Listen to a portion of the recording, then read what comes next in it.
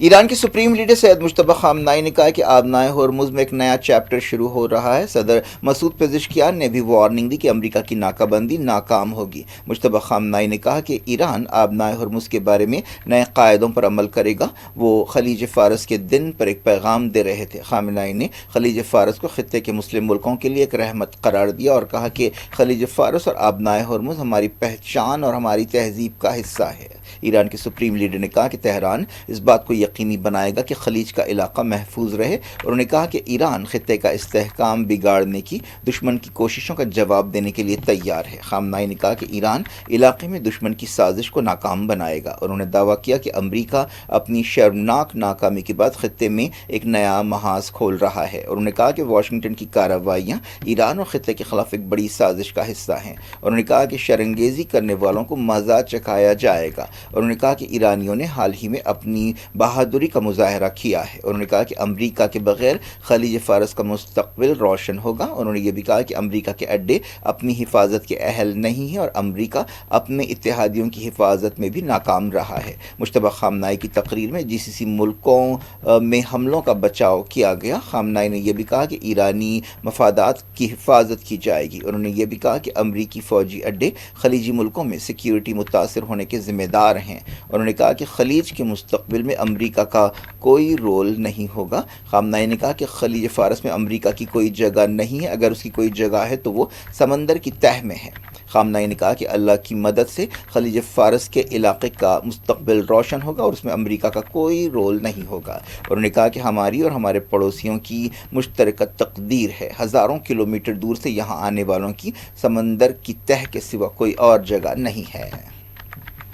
ایران کے صدر Masoud Pezeshkian نے امریکہ پر تنقید کرتے ہوئے کہا ہے کہ اس کی سمندری ناکہ بندی ناکام ہوگی۔ انہوں نے کہا کہ یہ ناکہ بندی عالمی قانون کے خلاف ہے اور یقیناً ناکام ہوگی۔ پزشکیان نے کہا کہ امریکی ناکہ بندی کا مقصد ایران کو معاشی اعتبار سے نقصان پہنچانا ہے۔ پاکستان نے امریکہ اور ایران کے درمیان بات چیت اور سفارتکاری جاری رکھنے کی اہمیت پر زور دیا ہے۔ دفتر خارجہ کے ترجمان طاہر اندرابی نے اسلام آباد میں اپنی ہفتہ وار پریس بریفنگ کے دوران کہا کہ پاکستان کو یقین ہے کہ بات چیت کے ذریعے پیچیدہ مسائل حل کیے جا سکتے ہیں۔ پاکستان اسلام آباد میں ایران امریکہ بات چیت کی میزبانی کر چکا ہے اور دونوں کے بیچ مصالحت کار کا رول ادا کر رہا ہے، اور انہوں نے تصدیق کی کہ امریکہ اور ایران کے درمیان سفارتی رابطے اب بھی برقرار ہیں۔ تازہ تناؤ کے بیچ تیل کی قیمتیں $119 فی بیرل ہو گئی ہیں۔ خود امریکہ میں پیٹرول کی قیمت $4.22 فی گیلن تک پہنچ گئی ہے۔ تیل کی قیمتیں 2022 کے بعد سے سب سے اونچی سطح پر پہنچ گئی ہیں۔ ایک رپورٹ میں کہا گیا کہ امریکہ ایران جنگ پر اب تک $25 بلین سے زیادہ خرچ کر چکا ہے، اور امریکہ میں اس کے خلاف کئی آوازیں اٹھ رہی ہیں اور سوال کیے جا رہے ہیں۔ رپورٹ میں پینٹاگون کے حوالے سے کہا گیا کہ جنگ پر $25 بلین سے زیادہ خرچ ہو چکے ہیں اور یہ سلسلہ جاری ہے۔ جنگ کے دوران امریکہ نے اپنے کئی جنگی ہوائی جہازوں کو کھویا ہے، جن میں MQ-9 rapper drones, F-15 A-10 E-3 KC-135 اور MC-130 جنگی ہوائی جہاز شامل ہے۔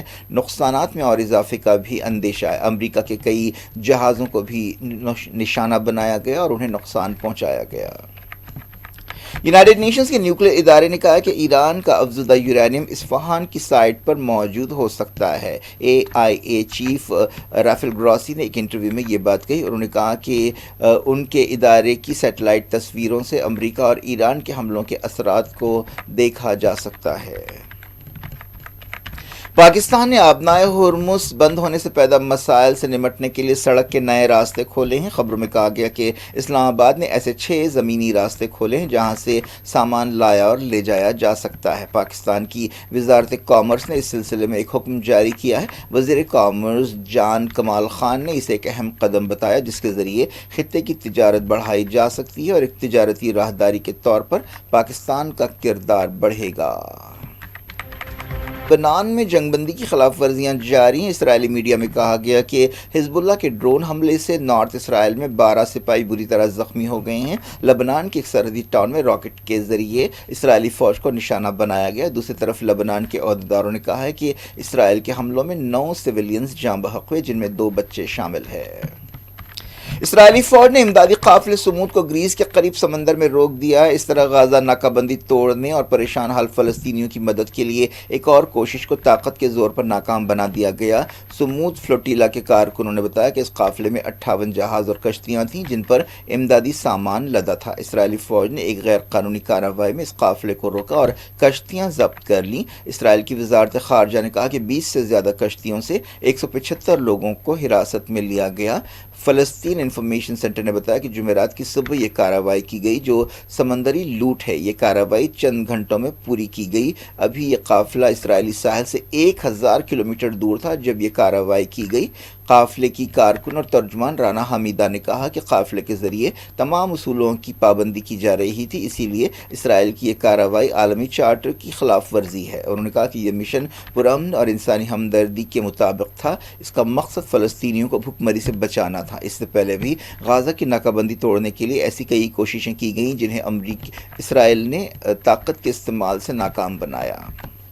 حماس نے اس کارروائی کی مذمت کی ہے۔ ترکی کی طرف سے بھی امدادی قافلے سمود پر حملے کی مذمت کی گئی۔ حماس نے کہا کہ یہ سمندری لوٹ اور کھلی دہشت گردی ہے۔ ترکی کے وزیر خارجہ حقان فدہ نے اسپین کے وزیر خارجہ جوز مانوئل سے ٹیلی فون پر بات چیت کی۔ اس موقع پر ترک وزیر نے اسرائیل کی کارروائی کی مذمت کرتے ہوئے کہا کہ اس سے کئی جانیں خطرے میں پڑ گئیں۔ ترک وزارت خارجہ نے اسے سمندری لوٹ قرار دیا۔ اس کارروائی کے دوران ترکی کے 20 کارکنوں کو گرفتار بھی کیا گیا۔ غازہ میں بھی اسرائیلی فوج کی کارروائیوں اور بربریت جاری رہے۔ وزارت صحت نے بتایا کہ پچھلے 24 گھنٹوں میں 2 فلسطینی جاں بحق ہوئے اور 8 زخمی ہوئے۔ اکتوبر 2023 میں اسرائیل کی بربریت شروع ہونے کے بعد سے جاں بحق فلسطینیوں کی تعداد 72,601 ہو گئی ہے۔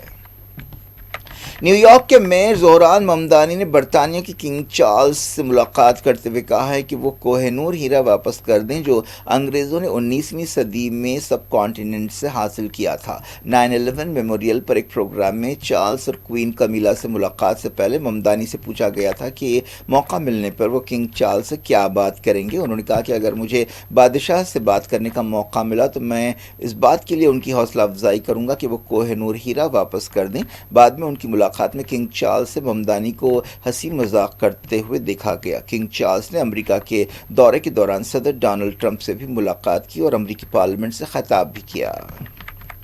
انڈیا اور اٹلی نے فوجی سامان کی تیاری میں ایک دوسرے کا تعاون کرنے سے اتفاق کیا ہے۔ وزیر دفاع راجناتھ سنگھ نے نئی دہلی میں اٹلی کے ڈیفنس منسٹر گیڈرو سیٹر سے ملاقات کی۔ بعد میں راجناتھ سنگھ نے سوشل میڈیا پر کہا کہ ہم نے ویسٹ ایشیا کی صورتحال اور کئی علاقائی اور عالمی مسائل پر بات چیت کی۔ انہوں نے کہا کہ ہم نے آتم نربھر بھارت اور اٹلی کے ڈیفنس کوآپریشن پروگرام کے تحت فوجی سامان کی مل کر تیاری کے راستوں اور امکانات پر بات چیت کی۔ میٹنگ سے پہلے ڈیفنس منسٹر نے جنگی یادگار پر پھول چڑھائے۔ اس موقع پر اٹلی کے وزیر کو سلامی دی گئی۔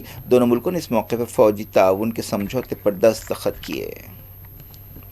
ویسٹ بنگال کی چیف منسٹر ممتا بنرجی نے ایگزٹ پولز کے نتیجوں کو رد کر دیا جن میں حالیہ الیکشنز میں بی جے پی کی کامیابی کے اندازے لگائے گئے۔ انہوں نے کہا کہ ٹی ایم سی کارکنوں کے اعتماد کو توڑنے کے لیے ایسے ایگزٹ پولز کا استعمال کیا جا رہا ہے۔ ممتا بنرجی نے کہا کہ پچھلے الیکشنز میں بھی ایسے ہی رجحانات پیش کیے گئے تھے۔ سوشل میڈیا پر ایک ویڈیو میں ترنمول کانگریس چیف نے الزام لگایا کہ ایگزٹ پولز میں بی جے پی کی تائید کی گئی اور یہ ایگزٹ پولز زمینی حقیقتوں کا اظہار نہیں ہیں۔ انہوں نے ووٹرز پر بھروسہ جتاتے ہوئے کہا کہ ویسٹ بنگال کے عوام ان کے حق میں فیصلہ دیں گے۔ انہوں نے کہا کہ ترنمول کانگریس ایک مرتبہ پھر ماں ماٹی مانوش حکومت بنانے کے لیے تیار ہے۔ انہوں نے کہا کہ ترنمول کانگریس کو 294 اسمبلی سیٹوں میں سے 226 سے زیادہ پر کامیابی حاصل ہوگی۔ چیف منسٹر نے پارٹی کارکنوں سے کہا کہ 4 مئی کو گنتی کے دوران وہ چوکس رہیں۔ ممتا بنرجی نے یہ بھی الزام لگایا کہ مرکزی ایجنسیوں کا غلط استعمال کیا جا رہا ہے۔ انہوں نے کہا کہ ووٹنگ کے دن مرکزی دستوں کا رویہ خطرناک تھا۔ انہوں نے عورتوں کو ہراساں کیا، بچوں پر حملے کیے، ٹی ایم سی کارکنوں اور جرنلسٹوں کو نشانہ بنایا۔ انہوں نے یہ بھی کہا کہ ووٹرز کو پولنگ بوتھ پر پہنچنے سے روکا گیا اور پیسہ بانٹا گیا۔ زیادہ تر ایگزٹ پولز میں کہا گیا کہ بنگال میں بی جے پی آگے ہے، لیکن بعض ایگزٹ پولز میں ترنمول کانگریس کی کامیابی کی پیش قیاسی کی گئی۔ ایگزٹ پولز کے مطابق تمل ناڈو میں ڈی ایم کے حکومت برقرار رہے گی، کیرلا میں کانگریس اتحاد کمیونسٹ اتحاد کو شکست دے گا، آسام میں بی جے پی حکومت قائم رہے گی، پدوچیری میں این ڈی اے حکومت برقرار رہنے کے بھی اندازے لگائے گئے ہیں۔ بعض ایگزٹ پولز میں تمل ناڈو میں وجے کی پارٹی ٹی وی کے حیران کرنے والے مظاہرے کی بھی پیش قیاسی کی گئی ہے۔ کیا کچھ ہو رہا ہے آپ کی دنیا میں؟ آخر میں ہیڈ لائنز دنیا بھر سے ایک بار پھر دیکھتے ہیں۔ Welcome to Hidayah Islamic International School, where education meets excellence. A world-class learning environment designed to inspire young minds. Every morning begins with warmth, respect, and a welcoming atmosphere. Experienced teachers and active participation. Hands-on experiment in our modern science labs. A well-stocked library nurtures a love for reading and knowledge. With strong Islamic values, join Hidayah Islamic International School. Your child's bright future begins here.